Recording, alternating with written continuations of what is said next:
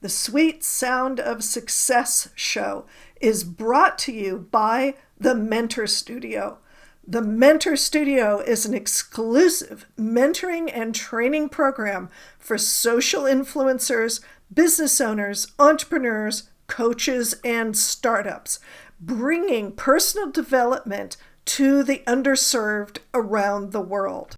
And brought to you by Success Strategists, simple strategies that work to develop your business with flow and ease using proven strategies and the right tactics. This is the Sweet Sound of Success with Sue Wilhite, Success Attraction Expert. Dustin Bruley helps people live more fulfilled lives and find their voice while reducing their stress. He optimizes their schedule and environment, helps you master emotions, transform relationships, so people can share their gifts with the world and not die with the music still inside. Welcome, Dustin Bruley. Thank you. Hey. Hi, Sue. Thanks for having me. Yeah, I love that tagline of not dying with the music still inside. You know, that is so true. And it's one of the reasons that I got into coaching is to get people to, emerge from whatever it is that's holding them back.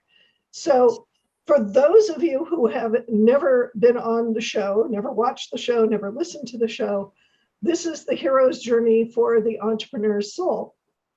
And what we're going to be doing is talking to Dustin about the 5 pieces out of the hero's journey cycle created by Joseph Campbell that are relevant, I think, to the hero's journey. And these 5 pieces are his ordinary beginning. Nobody has an ordinary beginning. The call to action, what got him to do this entrepreneurial thing in the first place. The big hairy monsters, which might be tied to the call to action, might be separate. There's multiples. Allies, mentors, guides, wizards, teachers, wind beneath the wings. Who helped you along the way? Because I will tell you that entrepreneurs who try to do it by themselves don't get very far. And then finally, what Joseph Campbell calls the journey home.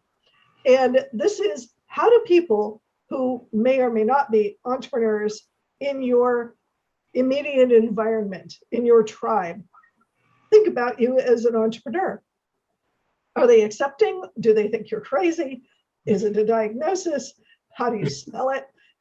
Yeah, and so on. So, Dustin, what was your ordinary beginning?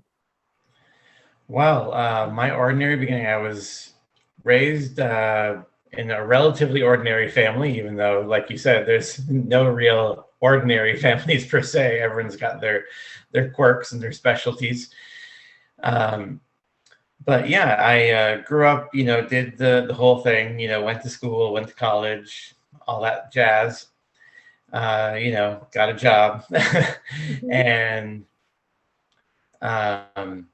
had a child. And then that's kind of what shifted my mindset at that point was, okay, now need to be providing for a family. And I'm not just out here, doing a job, paying my student loan bills. And so I kind of shifted the way that I looked at everything, and was having kind of a rough time, was not doing great physically, not physically in shape, and was at a job that was, doing it for the bills, to pay the bills, but was not really supportive or encouraging, and certainly not fulfilling. And I come from a long line of creative people, a lot of creativity in my family. So, have always been loved expressing that. Right. ended up going through this program where I got coaching. There was life coaching, and I hadn't had a coach before. And through the course of that program, it transformed pretty much every area of my life. It transformed my, my health and my relationships and my relationship to myself and to my partner and to my son and my mom and my job. And I said, wow, this is pretty amazing. I need to pay this forward. So I went through a whole process, a 2-year program of getting certified as a coach myself. With a practicum, it's accredited and everything. And then started that as a side hustle. And then took the leap and made that my full-time gig. So that's what I do now, is I'm a coach and a speaker. Nice. So your call to action was essentially this shift in your family situation. Mm-hmm. And I hear this a lot, that something in your family situation, whether it's people have their parents suddenly pass when they feel like, wait a minute, my parent was too young to pass. Mm-hmm. No, wait a minute, they died with their boots on. Wait a minute, I can't do that. There's something more to this. Or the other end of the life spectrum, a baby comes along and you go, wait a minute, is this what I want to pass along to my own kid? And that becomes the call to action. How do I shift this? I need to do something different. And then the blinders come off and the filters come off. You'd go and do something. Good for you. Yeah, that's true in a couple different ways. One is that, when you're just by yourself, you can say, okay, I'm just going to do this thing and I'll just eat ramen every day. It's fine because it's just me. But then when you've got a family, then you're the breadwinner. I had 3 people and I was the only source of income. Right. Then I had to look at that differently. And then also on the other side of that coin is, all of a sudden, instead of just kind of moving through life, I'm looking at everything I'm doing and saying, oh, what message am I sending right now when I'm doing this? And is this the example I want to be providing for my son? So that kind of shifted my mindset too. Right. Yeah. Good for you for having that awareness of how you're going to be showing up in the world, especially to your son. Yeah, absolutely. So what were some of the challenges, what I call the big hairy monsters, that besides having I think we'll just call it a dull job, rather than any other 4-letter word. The dull job was obviously a big hairy monster, because so many people come up against that and go, wait, how do I'm in this dead end job. I got to do this for the bills. I've got to maintain this. And that's a challenge. What other challenges did you have? Yeah, so the job, the mindset, which you were just kind of alluding to as well, of, how do I do this? I need to do this to pay bills, but I need to do this to be a good role model and to, feel fulfilled in my own life, and to be able to show up as a better parent and partner. And finances certainly were a challenge, because again, you're doing the job to pay the bills, and not didn't have a lot of disposable income. As I said, I was providing for 3 people. Right. So that was definitely a challenge to work through. And then as I kind of shifted my mindset, I shifted how I thought about money, and went from thinking in more of a lack terminology of, oh, I've just got to scrimp and save and scrounge.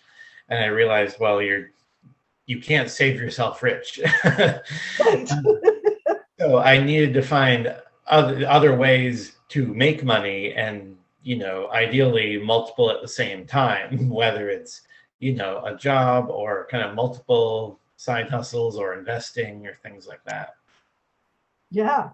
Yeah. Well, that's always a huge challenge. Figure out what opportunities are worth it. Yeah. In that. So who were some of the allies that you found along the way? Yeah. So I'd say the big one in that early stage was that coach that I had in that program, because they kind of shepherded me through that whole process of shifting those beliefs and shifting the mindset, and moving through that whole time period as I went from being an employee to an entrepreneur.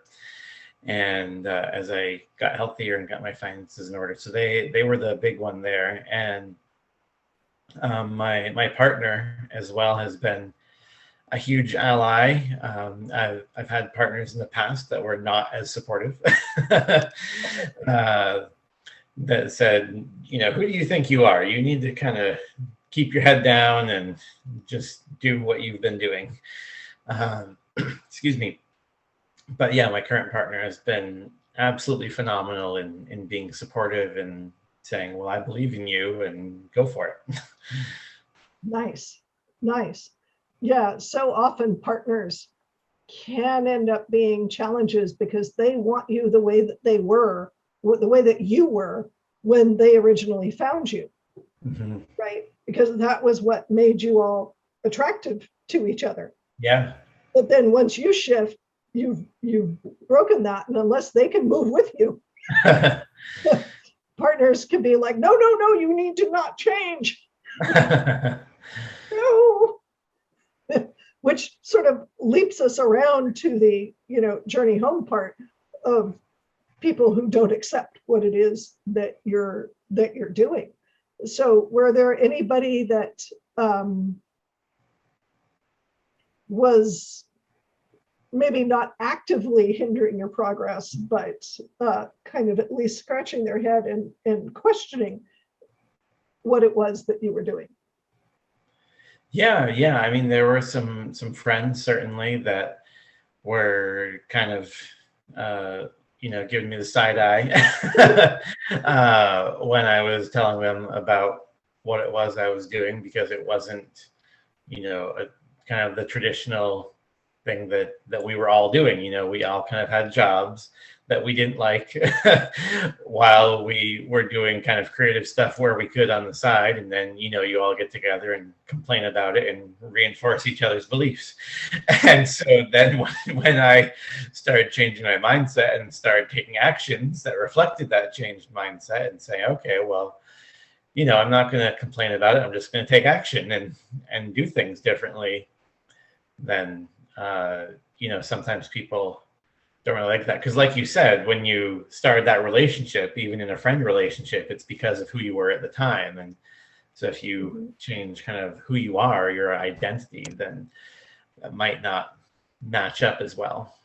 Right. And what you are willing to have in terms of behaviors and mindsets in your friends. It can be a painful process. Yes, it definitely can be. I laugh, but it's kind of the uncomfortable laugh, because I think of the people that used to be very dear friends of mine who I have very gently had to move away from, because there's a lot of studies that show you are the average of the 6 people that you hang around most. Mm-hmm. And it doesn't matter whether you're talking about your health, your wealth, your mindset, your actions. You end up being the average of the 6 people you hang out with. And if everybody is sitting around and complaining about their dead end horrible jobs, then you're going to be stuck sitting around, unless, like you said, unless you take action. So yeah. I heard it said that in terms of the kind of the finance and business piece, that your network equals your net worth.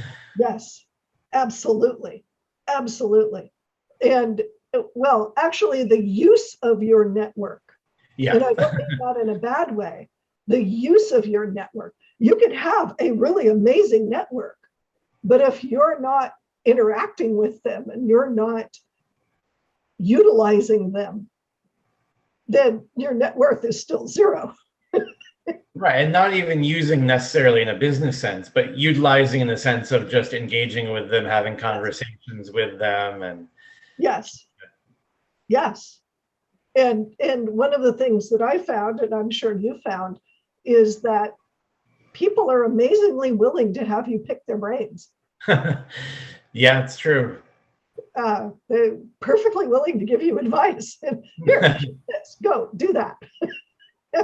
Well, generally, I find that people who are successful are more willing to do that because they got successful by doing that when they were starting out. Yes. Yes. And they're paying it forward. Yes. The whole paying it forward thing.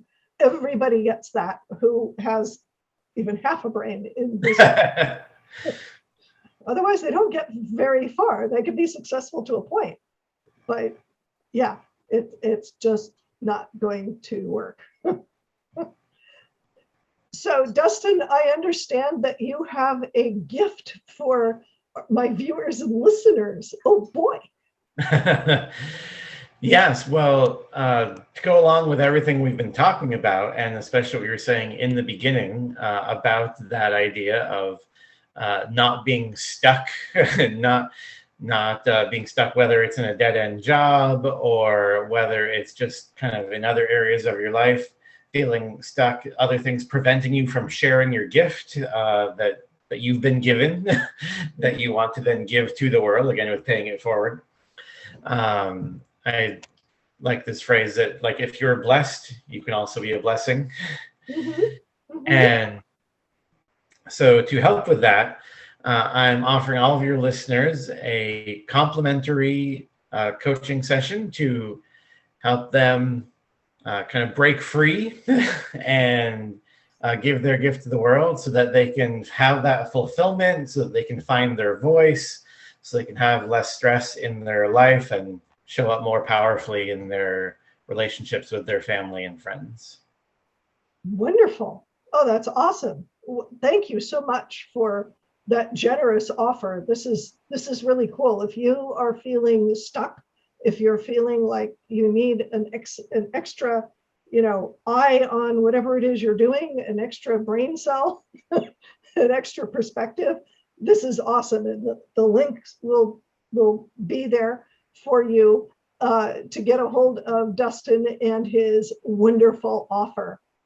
So, yeah, Dustin, I was just going to say that in just this one time of talking to someone, we can really kind of dial in on specifically where they are and specifically where they want to be and how they can get there.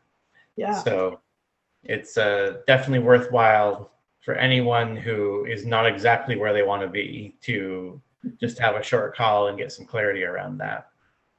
Nice. So, Dustin, I have a bonus surprise question for you. Oh, a bonus. All right. This isn't hard. The bonus round. Okay. Bonus round. Do I win a car? No. So, what is the favorite thing for you to do? So if your perfect client showed up and they said, "Oh, Dustin, I want you to help me with X. Mm-hmm. I know that this is something that I'm struggling with," and you went, "Oh, yes, hallelujah. This is exactly the thing that I love to work with the most." Mm-hmm. What would that be?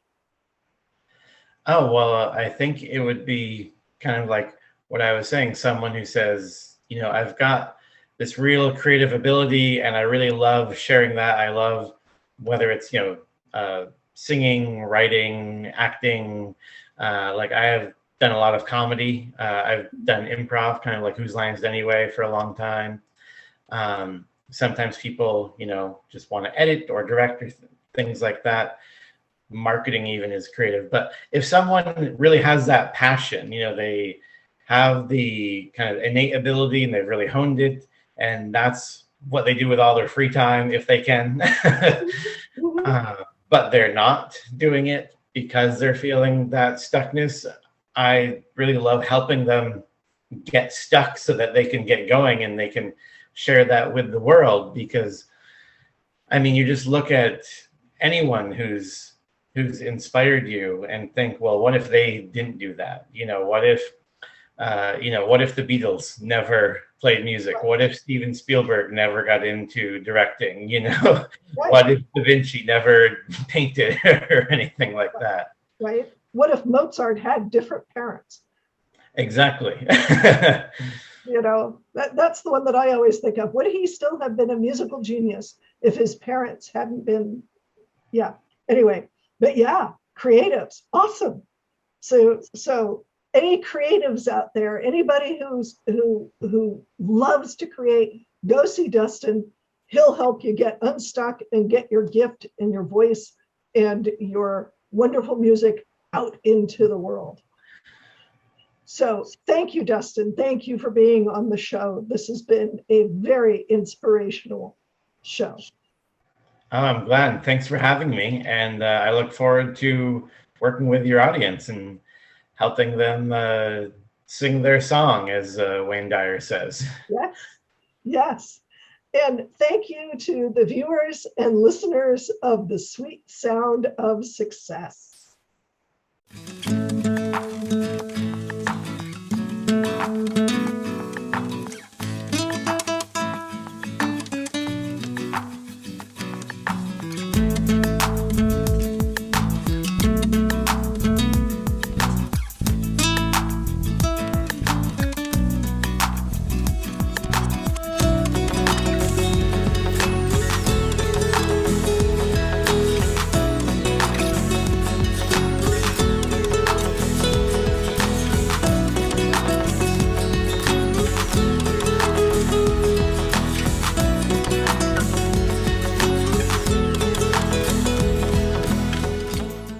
What are your dreams for your business?